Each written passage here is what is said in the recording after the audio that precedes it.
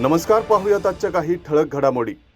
वाहतूक पोलिसाकडे मागितली खंडणी, वाकडमध्ये घडला प्रकार। वाहतूक नियमांचे उल्लंघन केल्याबद्दल दंड भरतानाचे चित्रीकरण करून ते व्हायरल करण्याची धमकी देऊन एका पोलीस कर्मचाऱ्याकडे 50,000 रुपयांच्या खंडणीची मागणी करण्यात आली। ही घटना काल भुजबळ चौकातील वाकड वाहतूक शाखेत घडली। या प्रकरणी पोलीस अंमलदार मच्छिंद्र बारामते यांनी वाकड पोलीस ठाण्यात फिर्याद दिली आहे। त्यानुसार वरद चव्हाण आणि अथर्व क्षीरसागर यांच्या विरोधात गुन्हा दाखल करण्यात आला असून वरद चव्हाण याला अटक केली आहे।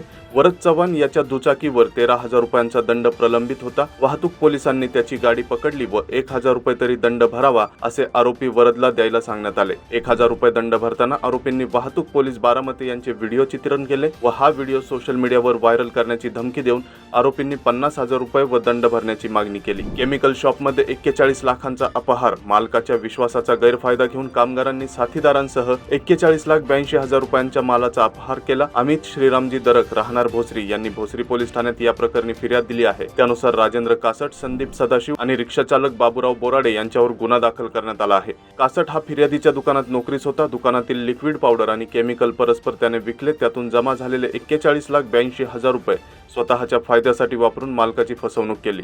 सोनसाखळी चोरांचा शहरात धुमाकूळ। शहरात सोनसाखळी चोरीच्या घटना वाढत असून भर चौकात तसेच गर्दीच्या ठिकाणीही महिलांच्या सोनसाखळीवर चोरटे डल्ला मारत आहेत। दुचाकीवरून येणारे चोरटे महिलांना लक्ष्य करत काही सेकंदात गळ्यातील सोनसाखळी हिसकावून पसार होत आहेत। परिणामी महिलांमध्ये भीतीचे वातावरण निर्माण झाले आहे। मागील महिन्यात सोनसाखळी चोरीच्या सर्वाधिक 11 घटना घडल्या असून तो उच्चांक समजला जातो। मॉर्निंग वॉकला जाणाऱ्या महिला तसेच कामानिमित्त घराबाहेर पडणाऱ्या महिलांना लक्ष्य केले जाते। या गुन्ह्यात चोरट्यांची कार्यपद्धती अत्यंत नियोजनबद्ध असल्याचे दिसून येते। 2 जण दुचाकी घेऊन येतात, महिलेच्या गळ्यातील सोनसाखळी दिसताच दुचाकीवरून महिलेच्या जवळ येतात आणि काही क्षणात झटका देत साखळी चोरून चोरटे पसार होतात। अनेकदा वाहनांवर बनावट नंबर प्लेटचा वापर केला जातो तर काही वेळा हेल्मेट परिधान करून चेहरा लपवला जातो, त्यामुळे आरोपींची ओळख पटवणे कठीण होते। देवगड व रत्नागिरी हापूस मोठ्या प्रमाणावर पिंपरीत दाखल। 3.5 मुहूर्तांपैकी एक असलेल्या अक्षय तृतीयेच्या दिवशी हंगामातील पहिल्या आंब्याचा आस्वाद घेण्याची परंपरा घराघरात आहे।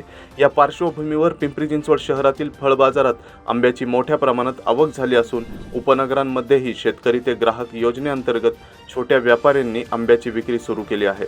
अक्षय तृतीयेच्या दिवशी घरोघरी आवर्जून आमरसपुरीचा बेत केला जातो। बाजारात 800 ते 1200 रुपये डझन असा हापूसला सध्या भाव आहे। सत्यनारायण पूजेला जमलेली रक्कम वृद्धाश्रमाला दान। पिंपरी येथील सचिन इंटरनॅशनल या टूर्स अँड ट्रॅव्हल्स कंपनीच्या 19व्या वर्धापन दिनानिमित्त आयोजित सत्यनारायण पूजेनिमित्त जमलेली रक्कम सहारा वृद्धाश्रमाला दान करण्यात आली। सचिन इंटरनॅशनलचे संचालक सुयोग सपकाळ यांच्या या विधायक उपक्रमाचे कंपनीतील सर्व कर्मचारी व अधिकाऱ्यांनी स्वागत केले। मावळ तालुक्यात असलेल्या कुसवली या आदिवासी गावातील सहारा वृद्धाश्रमास ही मदत देण्यात आली। भाजपची स्वीकृत सदस्यांची नावं गुलदस्त्यात, सोमवारी थेट नावं जाहीर होणार। पिंपरी महापालिकेत 10 स्वीकृत सदस्य नियुक्त केले जाणार असून त्यासाठी राष्ट्रवादीने 3 सदस्यांची नावं आयुक्तांकडे दिली आहेत। येत्या सोमवारी होणाऱ्या सर्वसाधारण सभेत नियुक्तीचा प्रस्ताव ठेवला आहे। मात्र भाजपच्या 7 सदस्यांची यादी अद्याप गुलदस्त्यात आहे, त्यामुळे भाजप कार्यकर्त्यांची उत्सुकता शिगेला पोहोचली आहे। महापालिका सर्वसाधारण सभेत अर्थात सोमवारी तारीख 20 रोजी आयुक्तांकडे स्वीकृतसाठीची नावं व त्यांचे अर्ज सादर केले जाऊ शकतात। त्यांची छाननी करून आयुक्त नावं जाहीर करू शकतात किंवा सर्वसाधारण सभेपूर्वी काही तास आधी आयुक्तांकडे अर्ज दिले जाऊ शकतात। मात्र शनिवारी आणि रविवारी सार्वजनिक सुट्ट्या असल्याने सोमवारीच नावं निश्चित होतील